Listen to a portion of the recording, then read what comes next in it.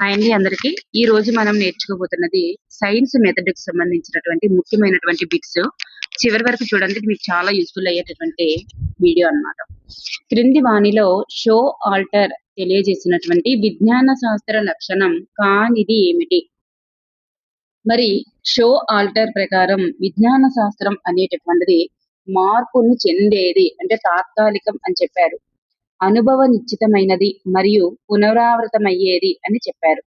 కాబట్టి ఇక్కడ పునరావర్తనం అని అన్నారు. పునరావర్తనం అనేటటువంటిది కాదు, మాపనీయమైనది అన్నారు. ఇది కూడా కాదు. మాపనీయమైనది మరియు పునరావర్తనం అనేటటువంటివి పేర్కొనబడినటువంటి లక్షణాలు కావన్నమాట. నెక్స్ట్ వన్, రాము అనేటటువంటి విద్యార్థి కాపర్ సల్ఫేట్, పొటాషియం నైట్రేట్, అలాగే మాంగనీస్ ఆక్సైడ్ అనేటటువంటివి అంటే CuSO4, KNO3, MnO2 మొదలగు రసాయనాలను గుర్తించును.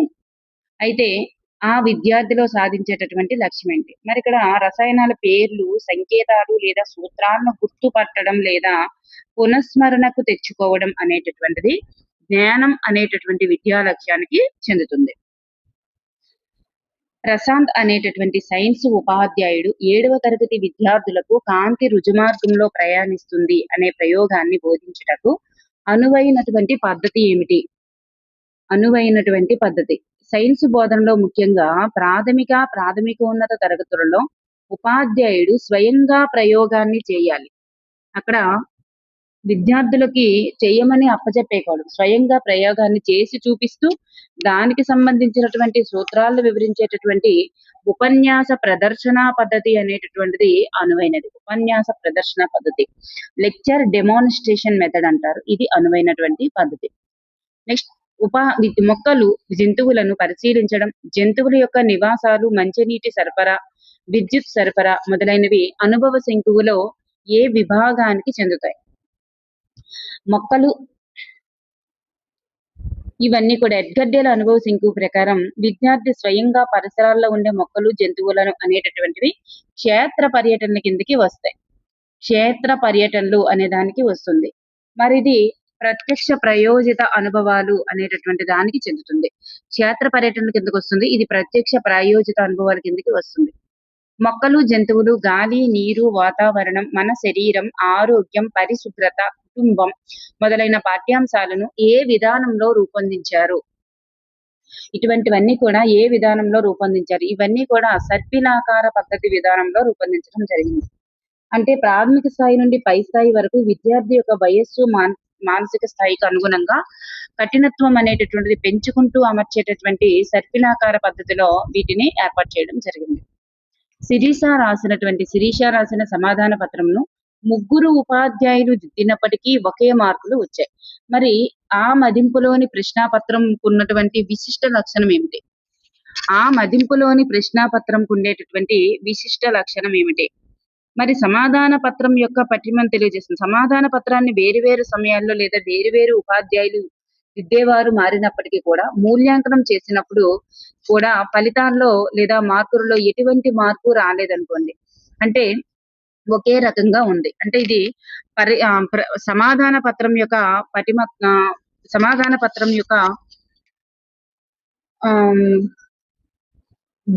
పటిమను తెలియజేస్తుంది. కాబట్టి ఇది విశ్వసనీయత కిందకి వస్తుంది. విశ్వసనీయత, రిలయబిలిటీ.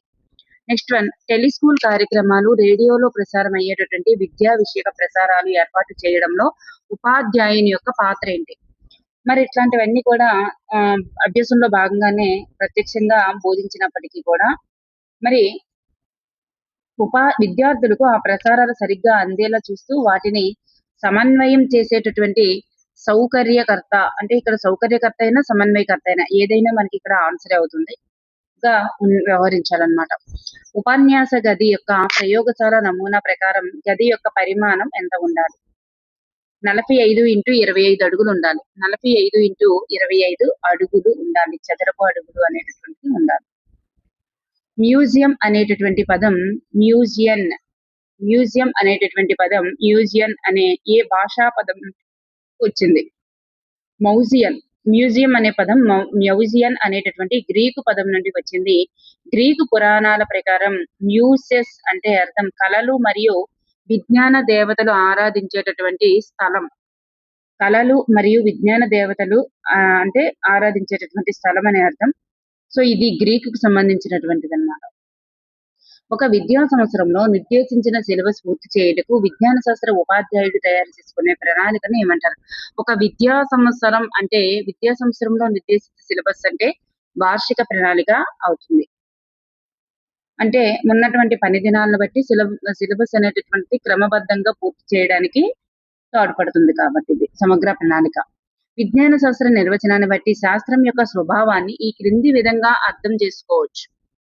విజ్ఞాన శాస్త్ర నిర్వచనాన్ని బట్టి శాస్త్రం యొక్క స్వభావాన్ని ఎలా అర్థం చేసుకోవచ్చు అంటే పద్ధతులు మరియు జ్ఞానం, అలాగే శాస్త్రీయ పద్ధతి, శాస్త్రీయ వైఖరి, శాస్త్రీయ జ్ఞానం, ఈ రెండు కూడా సరి అయిన సమాధానాలు అవుతాయి. పద్ధతులు జ్ఞానమైనా అవుతుంది, శాస్త్రీయ పద్ధతి, శాస్త్రీయ వైఖరి, శాస్త్రీయ జ్ఞానం, ఈ రెండు ఆన్సర్స్ కూడా అవుతాయి అన్నమాట.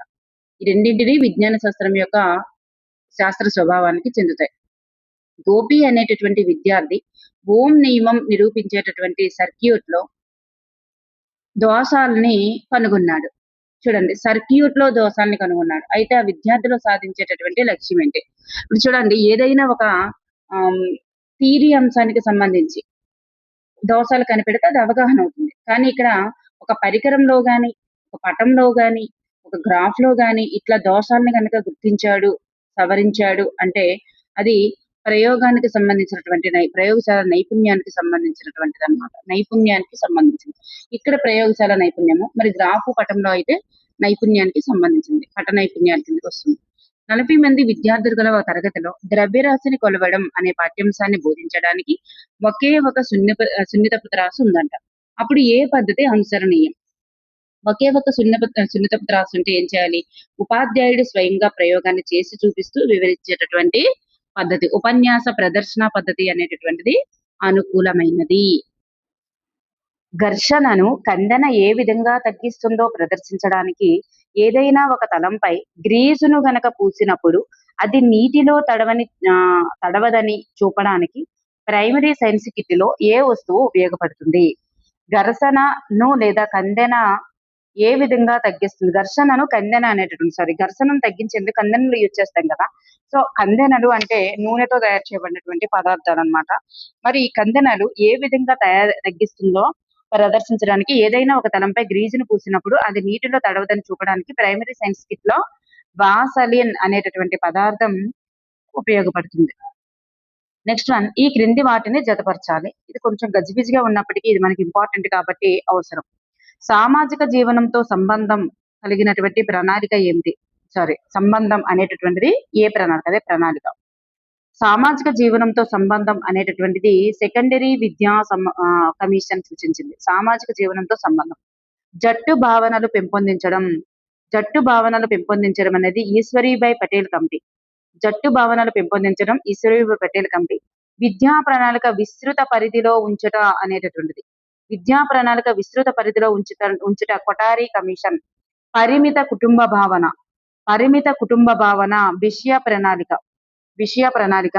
అలాగే సైద్ధాంతికమైనది ఏది అంటే పాఠ్య ప్రణాళిక.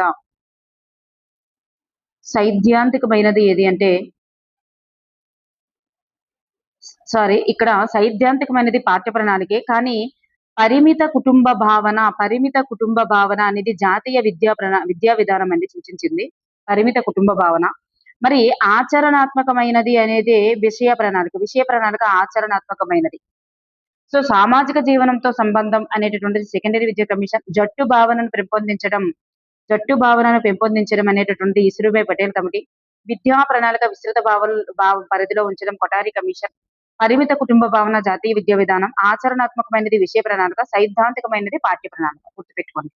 నెక్స్ట్ వన్, కార్బన్ డైఆక్సైడ్ వాయువు తయారు చేయడం అనే పాఠ్యాంశం చెప్పేటప్పుడు శాస్త్రోపాధ్యాయుడు శుద్ధ అనేటటువంటి వస్తువు గురించి చెప్పడం ఈ రెండు శాస్త్రాల మధ్య సహసంబంధం కలుగుతుంది.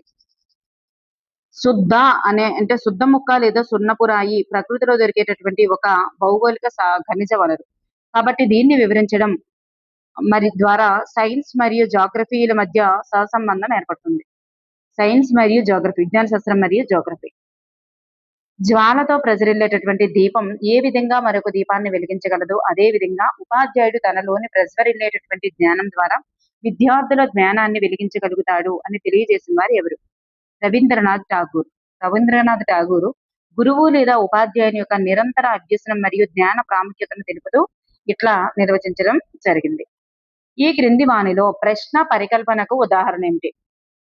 ప్రశ్న పరికల్పనకి ఉదాహరణ నీటి లోతు పెరిగితే పీడనం పెరుగుతుందా? అంటే ఇక్కడ నీటి లోతు పెరిగితే పీడనం పెరుగుతుంది క్వశ్చన్ కాదు. పెరిగితే పీడనం పెరగవచ్చు క్వశ్చన్ కాదు. సంబంధం లేదు క్వశ్చన్ కాదు. ఆప్షన్ 1 మాత్రమే సరైనది. నెక్స్ట్ వన్ బ్లూమ్స్ యొక్క విద్యా లక్ష్యాల వర్గీకరణలో జ్ఞానరంగ జ్ఞానరంగం యొక్క లక్ష్యాలను సంక్లిష్ట స్థితి నుండి సరళ స్థితికి అమర్చాలి. అంటే కఠినమైన వాటి నుంచి సరళ స్థితికి. కఠినమైనది ఏంటి? మూల్యాంకనం, సంశ్లేషణ, విశ్లేషణ, వినియోగం, అవగాహన, లాస్ట్ కి జ్ఞానం వస్తుంది. అంటే రివర్స్ లో అమర్చాలి. ఒక తరగతి గదిలో 30 మంది విద్యార్థులు ఉన్నారు మరియు ఆ విద్యార్థులకు ఇనుప గుండు యొక్క వ్యాసాన్ని కనుగొనుటకు 30 వెర్నియర్ కాలిపర్సులను అందుబాటులో గలవు. అప్పుడు ఉపాధ్యాయుడు విద్యార్థులందరికీ ఒకేసారి సూచనలు బోధించేటటువంటి పద్ధతి ఏంటి? 30 మందికి 30 ఉన్నాయి. అంటే మనిషికి ఒకటి ఉంది. సో ఒక్కొక్కరికి ఒక్కొక్కటి ఉంది కాబట్టి అప్పుడు ఉపాధ్యాయుడు ఏం చేయవచ్చు అంటే ప్రయోగశాల పద్ధతి ద్వారా చెప్పవచ్చు. అదే ఒక్కటే ఉందనుకోండి, ఉపాధ్యాయుడు మరి ఉపన్యాస ప్రదర్శన పద్ధతి ద్వారా చెప్పాలి. కానీ మనిషికి ఒకటి ఉంది కాబట్టి ప్రయోగ పద్ధతి ద్వారా చెప్పవచ్చు అన్నమాట. అందరికీ అందుబాటులో ఉంది కాబట్టి. పరిసరాలను పరిశీలించడం, ప్రయోగాలు చేయడం మరియు ప్రకృతి సామాజిక అంశాలను వినియోగించే పద్ధతిలో అధ్యయనం చేయడం అనే అంశం ఈ క్రింది ఏ అంశం గురించి తెలియజేస్తుంది? పరిసరాల ద్వారా అభ్యసనం. పరిసరాలను పరిశీలించడం, ప్రయోగాలు చేయడం, ప్రకృతి సామాజిక అంశాలను వినియోగించే పద్ధతిలో అధ్యయనం చేయడం ఇదంతా కూడా పరిసరాల ద్వారా అభ్యసనానికి చెందుతాయి. బారోమీటర్, అనిమోమీటర్, హైగ్రోమీటర్ మొదలగు పరికరాల గురించి బోధించేటప్పుడు ఈ 2 శాస్త్రాల మధ్య సహసంబంధం మిక్కిలి అవసరం. ఇవన్నీ కూడా వాతావరణ అంశాలను అంటే కొలవడానికి ఉపయోగించేవి కదా. అంటే జాగ్రఫీకి చెందుతాయి అవి. భౌగోళిక శాస్త్రానికి చెందుతాయి వాతావరణ పరిస్థితులు అనేవి. మరి ఇవి సైన్స్ మరియు జాగ్రఫీల మధ్య సంబంధాన్ని తెలియజేస్తుంది అన్నమాట. ఉపాధ్యాయులకు వృత్యంతర శిక్షణ యొక్క ఆవశ్యకతను నొక్కి వక్కానించినది ఎవరు? ఉపాధ్యాయులకు వృత్యంతర శిక్షణ యొక్క ఆవశ్యకతను నొక్కి వక్కానించినది జాతీయ విద్యా విధానం. వృత్యంతర శిక్షణ గురించి అవసరమని సిఫార్సు చేసినటువంటిది. మరి అదే విధంగా దేశవ్యాప్తంగా డైట్లు ఇతర శిక్షణా సంస్థలు దీని ద్వారానే ఏర్పాటవ్వడం జరిగింది. ఉపన్యాస గది ప్రయోగశాలల్లో కనీసం ఎంతమంది విద్యార్థులు ప్రయోగానికి వీలుంటుంది? ఉపన్యాస గది ప్రయోగశాలల్లో పాఠశాలల్లో ఉండేటటువంటి కంబైన్డ్ లెక్చర్ కమ్ లాబొరేటరీ, ఉపన్యాస గది ప్రయోగశాల 2 ఉంటది అన్నమాట. అది చాలా పెద్ద హాలు. అందులో ఒకేసారి 40 మంది విద్యార్థులు ప్రయోగాలు చేయడానికి వీలుంటుంది. Visvesvaraya institute of technological museum అనేటటువంటిది ఎక్కడ కలదు? ఇది VITM అంటారు. Visvesvaraya institute of technological museum అనేటటువంటిది కర్ణాటకలోని బెంగళూరులో కలదు. బెంగళూరులో కలదు. నెక్స్ట్ వార్షిక ప్రణాళిక తయారీలో గుర్తుంచుకోవాల్సిన అంశాలు. వార్షిక ప్రణాళిక ఎప్పుడు వేస్తారు? ఒక విద్యా సంవత్సరం స్టార్టింగ్ లోనే వేస్తారు. విద్యా సంవత్సరం ఆరంభంలోనే ఈ వార్షిక ప్రణాళికను తయారు చేసుకుంటారు. సిద్ధం చేసేటప్పుడు విద్యా సంవత్సరంలో ఉన్నటువంటి మొత్తం పని దినాలు, సెలవులు పోను నికరంగా లభించేటటువంటి పీరియడ్ల సంఖ్య, అలాగే ఆయా తరగతుల్లో సాధించాల్సినటువంటి విద్యా ప్రమాణాలు, పని దినాలు, విద్యా ప్రమాణాలు, పీరియడ్ల సంఖ్య ఇవన్నీ కూడా గుర్తుంచుకోవాలి ఆ ప్రణాళిక వేసేటప్పుడు. పరికల్పనకు సంబంధించినటువంటి అంశం ఏంటి? పరికల్పన అంటే ఊహించడం. మరి ఊహించడం అనేటటువంటి పరిశీలించిన దృగ్విషయాల యొక్క వివరణకు మూలాధారమైనటువంటి ఊహ అనేటటువంటిది రైట్ ఆన్సర్. ఏదైనా ఒక సమస్యను లేదా దృగ్విషయాన్ని పరిశీలించినప్పుడు దాన్ని వివరించడానికి మనం చేసేటటువంటి తాత్కాలిక లేదా ప్రాథమిక ఊహనే పరికల్పన అంటారు. పరిశీలించిన దృగ్విషయాన్ని వివరించడానికి ఎలా వివరించాలని ఊహిస్తామో అదే పరికల్పన అన్నమాట. పాఠశాల కరికులంలో దాదాపు ఉపాధ్యాయులందరికీ ఇష్టమైన పద్ధతి, పురాతన పద్ధతి, ఖర్చు లేని పద్ధతి, విద్యార్థులను అభ్యసన ప్రక్రియలో శ్రోతలుగా ఉంచేటటువంటి పద్ధతి. మీ అందరికీ తెలుసు కదా, ఉపన్యాస పద్ధతి. ఉపన్యాస పద్ధతి అనేది అత్యంత ప్రాచీనమైనది. కేవలం ఉపాధ్యాయుడు మాత్రమే మాట్లాడుతూ బోధించే పద్ధతి. ఇందులో విద్యార్థులు క్రియాశీలంగా ఉండరు, ఉపాధ్యాయుడే క్రియాశీలంగా ఉంటాడు. ఇందులో అదనపు ఖర్చు ఉండదు. విద్యార్థులు కేవలం నిష్క్రియమైనటువంటి శ్రోతలుగా మాత్రమే ఉంటారు. ఈ క్రింది వాటిలో దేనిని పరిశీలించడం ద్వారా సీసా లోపలి భాగంలో పైన నీటి ఆవిరి చిన్న నీటి బిందువులు ఏర్పడడాన్ని గమనించవచ్చు. టెర్రేరియంలో క్రింది వాటిలో దేన్ని పరిశీలించడం ద్వారా అంటే టెర్రేరియం ద్వారా. టెర్రేరియం అనేటటువంటిది గాజు సీసా లేదా మూసి ఉన్న పాత్రలో మొక్కలను పెంచేటటువంటి చిన్న కృత్రిమ పర్యావరణ వ్యవస్థ. మొక్కల యొక్క బాష్పశేకం వల్ల విడుదలయ్యేటటువంటి నీటి ఆవిరి గాజు పాత్ర లోపలి భాగంలో చిన్న నీటి బిందువులుగా ఘనీభవించి ఏర్పడడాన్ని ఇందులో మనం చూడవచ్చు. నెక్స్ట్ వన్, ఈ క్రింది వాటిలో కొఠారి కమిషన్ సూచించినటువంటి సిఫార్సు కానిది ఏమిటి? సిఫార్సు కానిది పరిశోధన ఫలితాల ఆధారంగా కరికులంలో తరచూ మార్పులు వస్తూ ఉండాలి. కరికులం మారినప్పుడు ఉపాధ్యాయులకు పునశ్చరణ తరగతులు నిర్వహించాలి. పాఠశాలల్లో విద్యా ప్రణాళిక విస్తృత స్థాయిలో ఉండాలి. స్వయం అభ్యసనంలో నైపుణ్యాలను ఏర్పరచడం అన్నారు. స్వయం అభ్యసనంలో నైపుణ్యాలను ఏర్పరచడం అనేది కొఠారి కమిషన్ సూచించిన సిఫార్సు కాదు. కొఠారి కమిషన్ 1964 to 66లో సిఫార్సులు సూచించడం జరిగిందన్నమాట. నెక్స్ట్ వన్, విశ్వం యొక్క పుట్టుకను బోధించేటప్పుడు శాస్త్రోపాధ్యాయునికి రెండు శాస్త్రాల మధ్య అవగాహన అవసరం. విశ్వం ఎప్పుడు పుట్టింది, ఎలా పరిణామం చెందింది అనేది కాలక్రమానుసారంగా అధ్యయనం చేయడం జరుగుతుంది.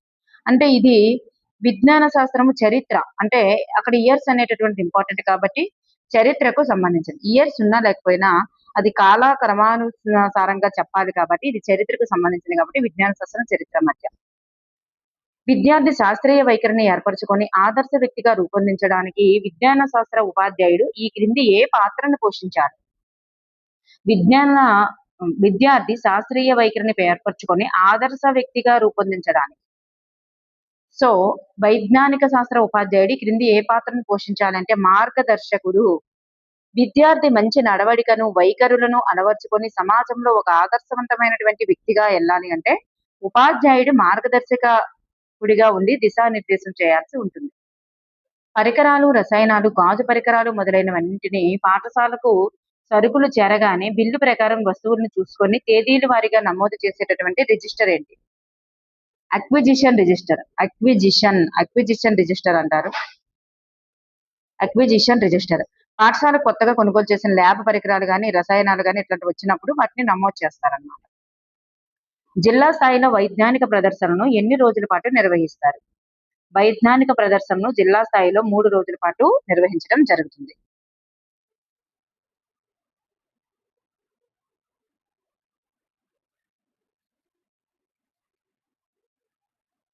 బంకమట్టితో మూత్రపిండం నమూనాను తయారు చేసినటువంటి అమృత సాధించిన విద్యా ప్రమాణం. బంకమట్టితో మూత్రపిండం యొక్క నమూనాను తయారు చేసింది. నమూనాలు తయారు చేయడం అనేటటువంటిది విద్యా ప్రమాణంలో 5వది అన్నమాట. 5వది. సో AS 5కి చెందుతుంది.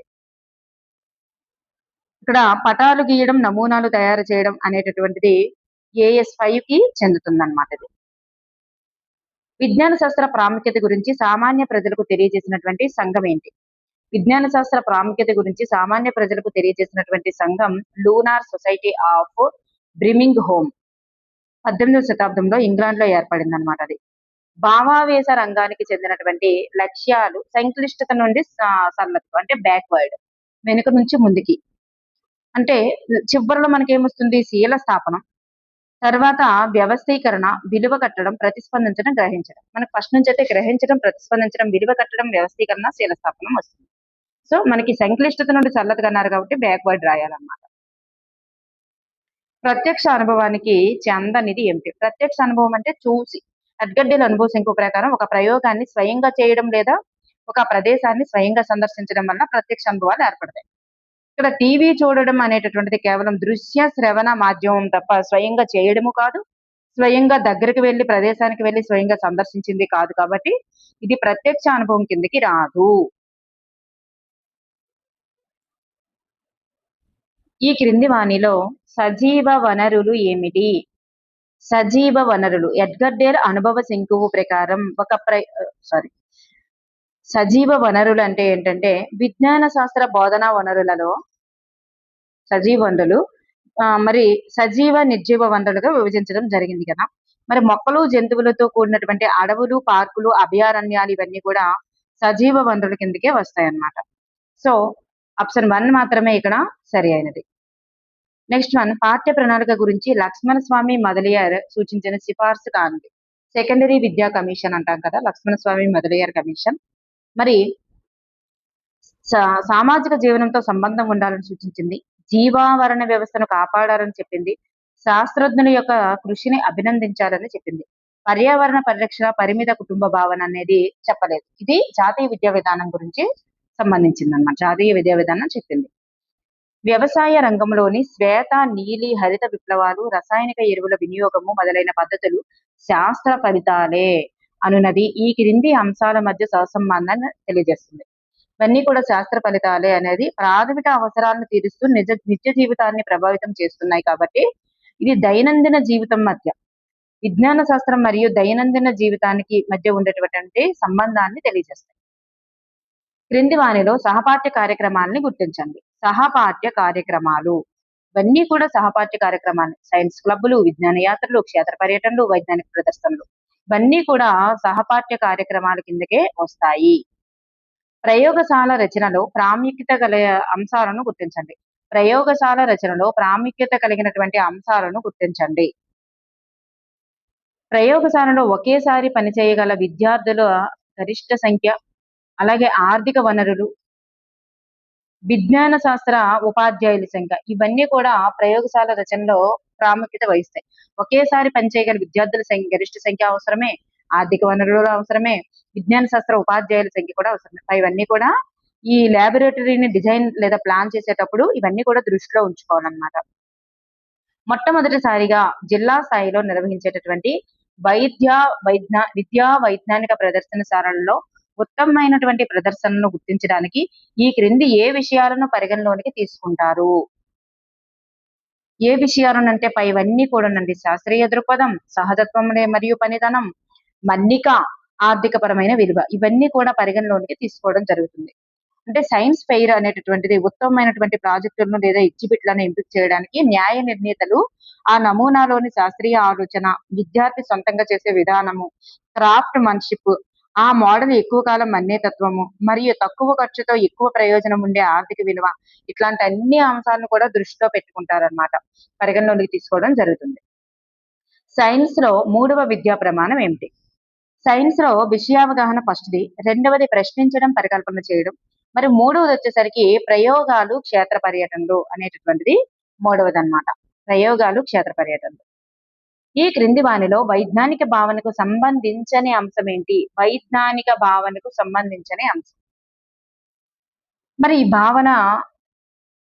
ఈ భావనలు అనేటివి యథార్థాల ఆధారంగా ప్రకృతిలో జరిగేటటువంటి విషయాలపై ఏర్పరచుకునేటటువంటి అభిప్రాయమే వైజ్ఞానిక భావన.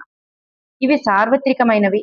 మరి ఈ భావనలు ఎల్లప్పుడూ ఒకే విధంగా ఉంటాయి అనేది రాంగ్. ఆ భావనలు మారుతూ ఉంటుంటాయి. ఈ భావనలు ఏర్పడడానికి కనీసం 2 సత్యాలు అవసరం.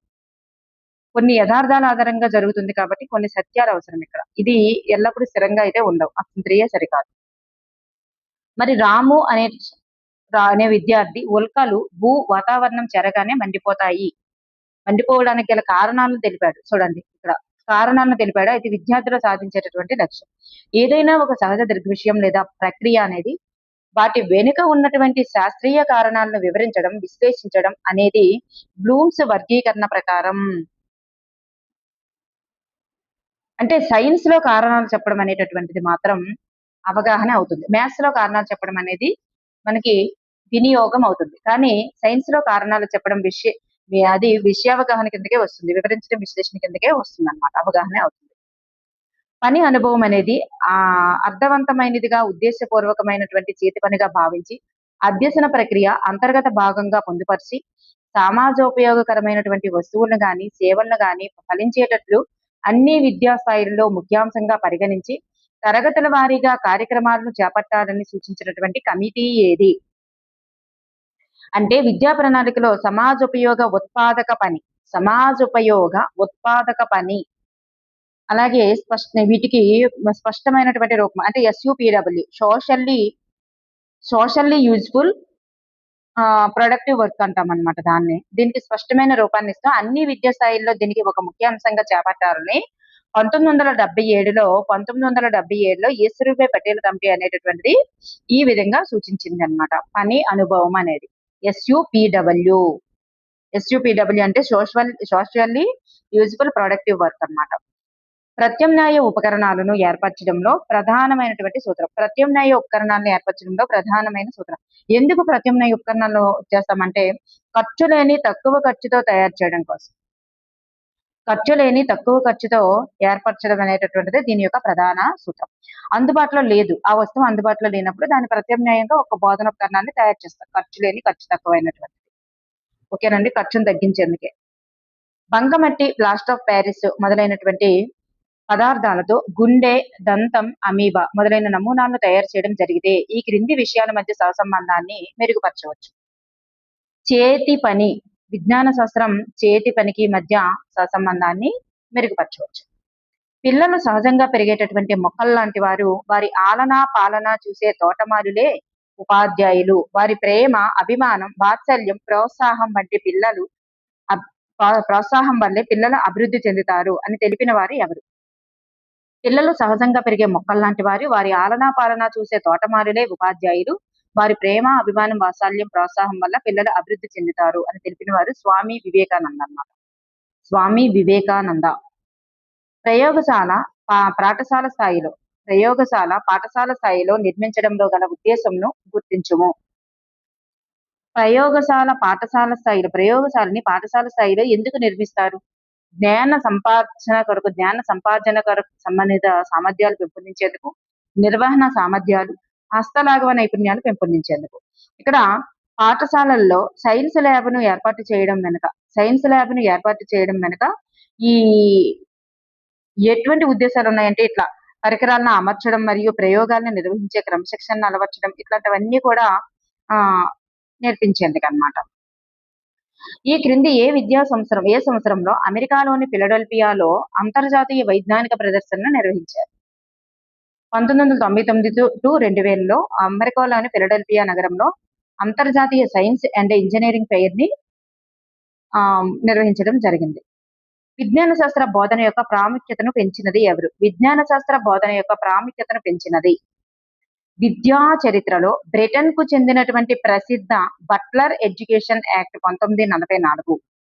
ఈ యాక్ట్ అనేటటువంటిది అందరికీ ఉచితంగా నిర్బంధంగా మార్చిందన్నమాట విద్యను. ఇది పాఠశాల స్థాయిలలో ప్రయోగశాలల స్థాపనకు మరియు విజ్ఞాన శాస్త్ర బోధనకు అత్యధిక ప్రాముఖ్యతను మరియు అంతర్జాతీయంగా విపరీతంగా వీటి యొక్క ప్రాముఖ్యతను పెంచడం జరిగింది. రాము అనే విద్యార్థి సజీవులకు ఉదాహరణలిచ్చాడు. అయితే ఆ విద్యార్థిలో సాధించేటటువంటి లక్ష్యం. ఉదాహరణలు ఇవ్వడం అనేటటువంటిది అవగాహనకి చెందుతుందన్నమాట. జ్ఞానం కిందకైతే రాదు. ఇక్కడ గుర్తుకు తెచ్చుకోవడం అనేటటువంటిది మాత్రం జ్ఞానం అవుతుంది. సమస్య పరిష్కార పద్ధతి యొక్క ఉపయోగం కానిది ఏమిటి? అంటే విద్యార్థుల్లో ఆలోచన, వివేచన పెంపొందిస్తుంది. సమస్య పరిష్కార పద్ధతి స్వయం అభ్యసనకు దోహదం చేస్తుంది. సహనం, సహకారం, ఆత్మవిశ్వాసం ఇవన్నీ కూడా పెంపొందిస్తుంది. సిద్ధాంతానికి ఆచరణకు మధ్య సంబంధాన్ని ఏర్పరుస్తుంది అనేది రాంగ్. ఈ మధ్య సంబంధాన్ని ఏర్పరచడం అనేది ప్రయోగశాల పద్ధతి లేదా ప్రదర్శన పద్ధతికి ఎక్కువ వర్తిస్తుంది. ఈ సమస్య పరిష్కార పద్ధతికి వర్తించదు. ప్రయోగశాల పద్ధతికి వర్తిస్తుంది. ఎస్కిమోలు నివసించేటటువంటి ధ్రువపు ప్రాంతాన్ని తెల్ల రంగులో మంచును దూదితో, గట్టి అట్టతో ఇగ్లూలు, ధ్రువపు జింకలు, నక్కలు, ఎలుగుల మాదిరితో ఒక దృశ్య వేదికపై అమర్చడం అన్నది ఈ క్రింది వాటిలో దేన్ని సూచిస్తుంది? ఇట్లా ఏదైనా ఒక సహజ సన్నివేశాన్ని లేదా చారిత్రాత్మక ఘట్టాన్ని ఒక చిన్న చిన్న నమూనాలు 3D ఆకృతుల్లో రూపొందించారనుకోండి. అది డయోరమాకి చెందుతుంది. దగ్గర అట్లానే కనిపించేలాగా అలాగే కనిపించేటట్లుగా అమర్చడం అనేది డయోరమా అవుతుందన్నమాట. శాస్త్రం, శాస్త్రాభివృద్ధి, సాంకేతిక అభివృద్ధి, సంఘానికి సంబంధించిన ఆర్థిక, సాంఘిక అభివృద్ధి గల సంబంధాలు తెలుసుకునేటట్లు చేయడం అంశాన్ని కరికులంలో భాగంగా చేయాలని సూచించిన వారు.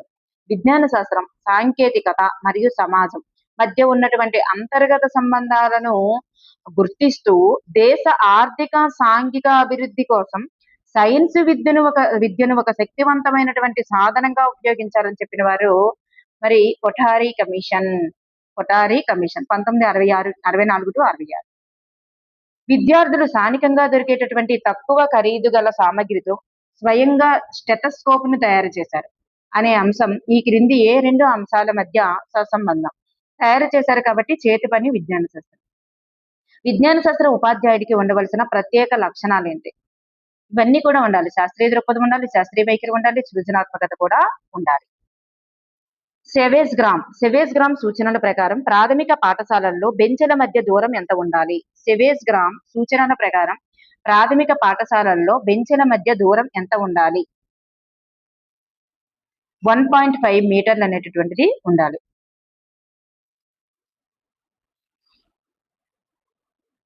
అంటే సుమారు 5 అడుగులు అనమాట. 1.5 మీటర్ అంటే సుమారు 5 అడుగులు. క్షేత్ర పర్యటన ద్వారా బోధించటకు అనువైన పాఠ్యాంశాలు ఏంటి?